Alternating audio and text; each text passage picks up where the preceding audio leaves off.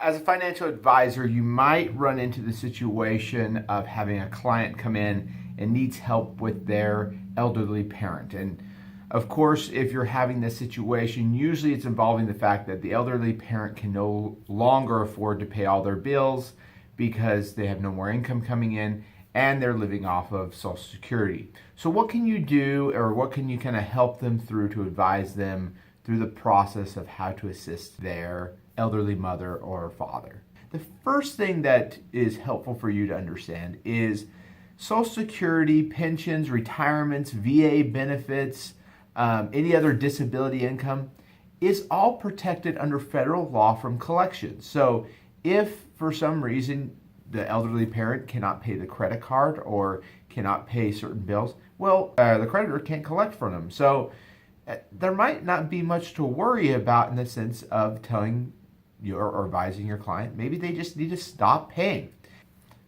The second issue is, well, my mom gets these harassing letters constantly.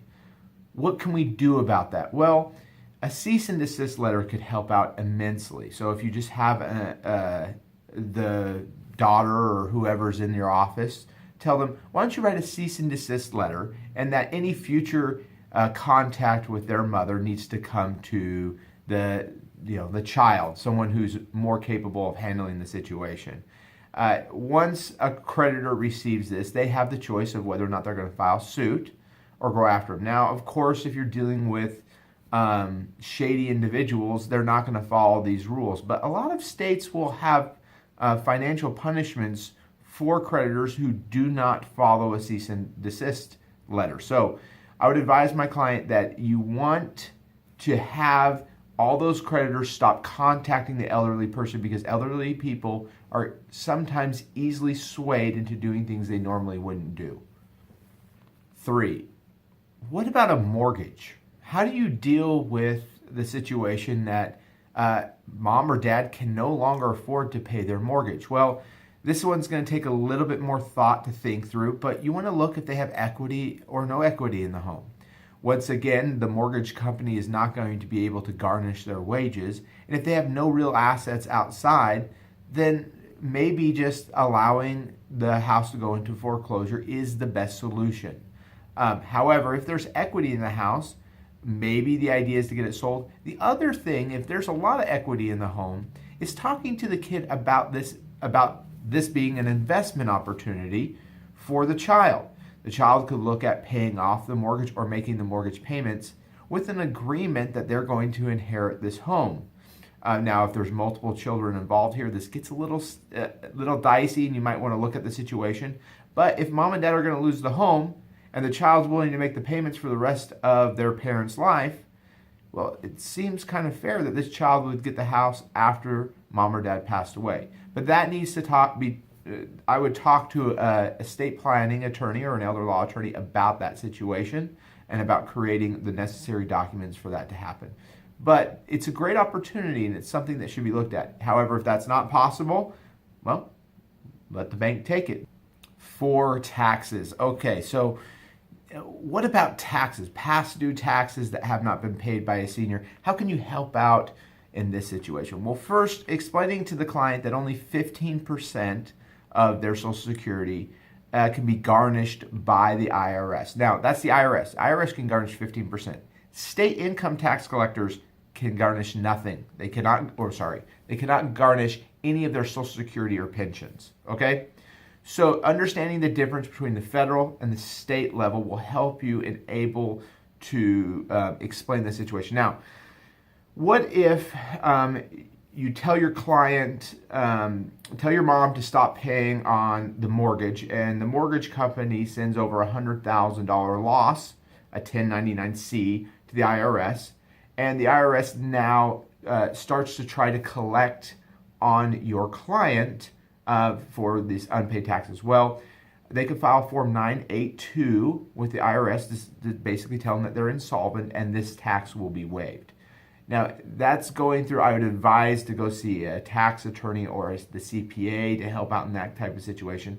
But understanding if your client's going to have to pay 50% of their income to pay back taxes, well, maybe it's better just to let the IRS garnish 15%. Now, and also, really poor individuals, the IRS will waive that garnishment. But you have to be able to get a CPA or somebody involved to help out in these situations. However, what the important point to take away from this whole thing is that there are options out there, even if someone owes, let's say, $200,000 to the IRS.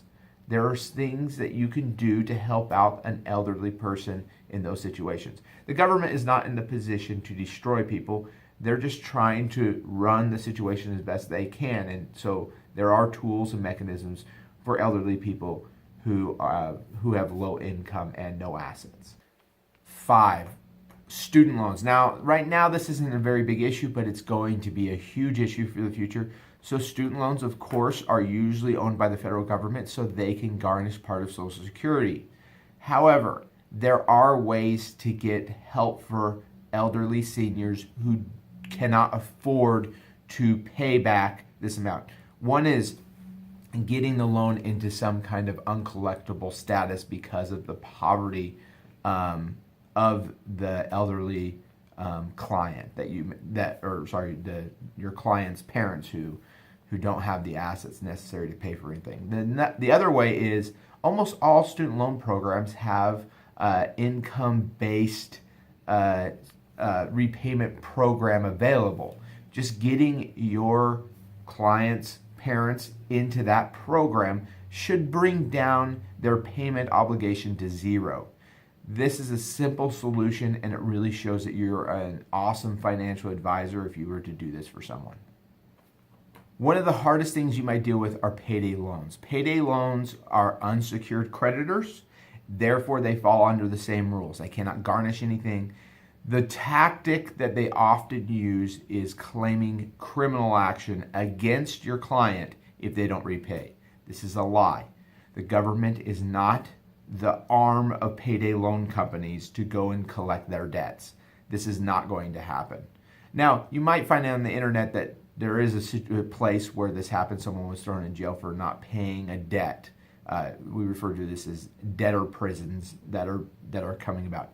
No judge is going to throw an elderly person who can't pay a payday loan in jail. So please do not be worried about that situation. If a judge did do something like that, I guarantee you I would contact any news agency immediately to inform them of what has just happened.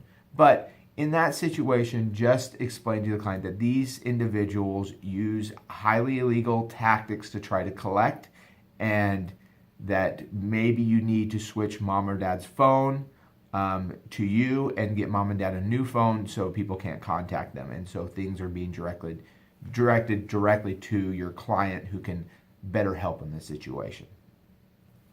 Last is, what are other solutions that are available to individuals who might be struggling in certain situations? Well, if you have an elderly person who their whole life has paid taxes and done everything, well, it doesn't even matter if they paid taxes, but let's say you have an elderly client who served or spouse served in the military. We'll find out if they qualify for VA benefits. Most vets don't understand that they qualify and that they can get the help that they need to help pay bills and help pay rent. The second thing you want to look at is Section 8 housing. The government has ways. We don't want people living on the street. That's why we pay the taxes that we pay, and we have the social network that we do, is because we want to be able to see that seniors have places to live. So VA benefits, Section 8 housing. If someone needs medical care, they might qualify for Medicaid. If their income is low enough, I would suggest someone go see an elder law attorney for those type of situations, though, if you run into somebody that is facing those situations. But this is how you can help out your clients who might have elderly parents who are financially struggling, and they might be paying for things unnecessarily.